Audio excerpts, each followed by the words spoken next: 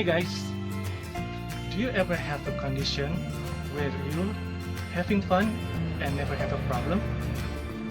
Do you ever think that you can easily get what you want without thinking about its consequences? And do you think that what we call happiness will last forever? Well, those behaviors are called hedonism.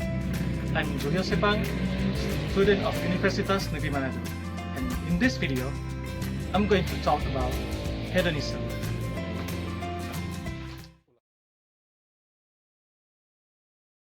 Hedonism is the doctrine that pleasure is the sole or good chief in life. There are so many histories about hedonism around the world. The earliest history of hedonism is in ancient Greek. Democritus seems to be the earliest philosopher on record to have categorically embraced a hedonistic philosophy. He called the supreme goal of life containment or cheerfulness, claiming that joy and sorrow are the distinguishing marks of things beneficial and harmful. The A to Z of isms, hedonism. Hedonism is the philosophy of living your life to experience pleasure and avoid pain. So, if you're watching this while lying on a chaise longue and eating sweets, you're probably a hedonist. Oh, unless you hate sugar, in which case you're probably a masochist, and that is another film. The word hedonism comes from the ancient Greek hedone, meaning pleasure.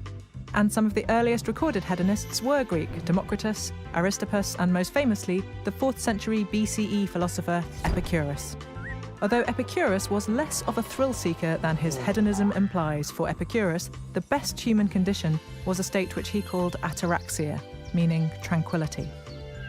Epicurus believed that small pleasures were more likely to bring us tranquility than earth-shattering pleasures, and it's easy to see his point. If you find pleasure in a glass of wine with friends at the end of a day, that will be relatively easy to achieve.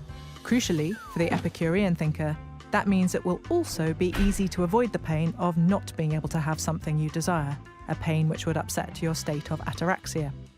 But if you are only satisfied with vintage champagne, that might not be so easily found.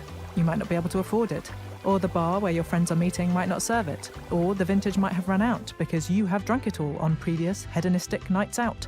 Your likelihood of experiencing pain goes up as you become more exacting in your standards of what you need to bring you pleasure.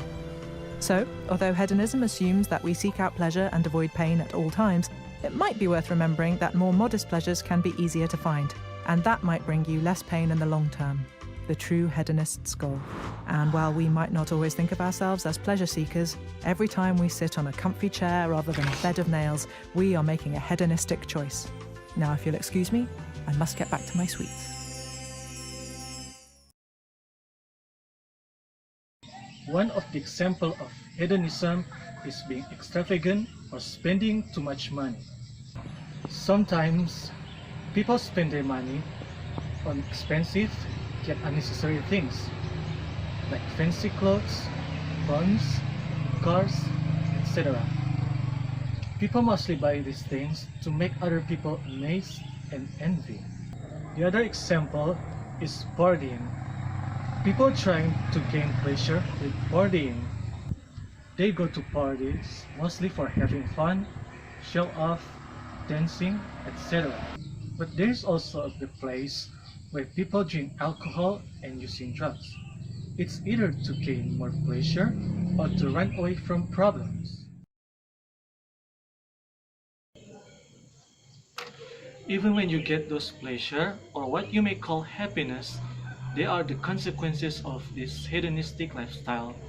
First, being individualistic. Some people trying to get what they want, but it's only for themselves, which means that they will forget or not care about people around them, like family and friends. It also will ruin the relationship between one person and the other people because of the former's individualistic habits. Second, being irresponsible. This point is still related to the first one. When people trying to get what they want, they will forget about the things they should be responsible for, like family and jobs. When people only focus on gaining pleasure, they will forget about the things they should do. And finally, they will fail on almost everything in life.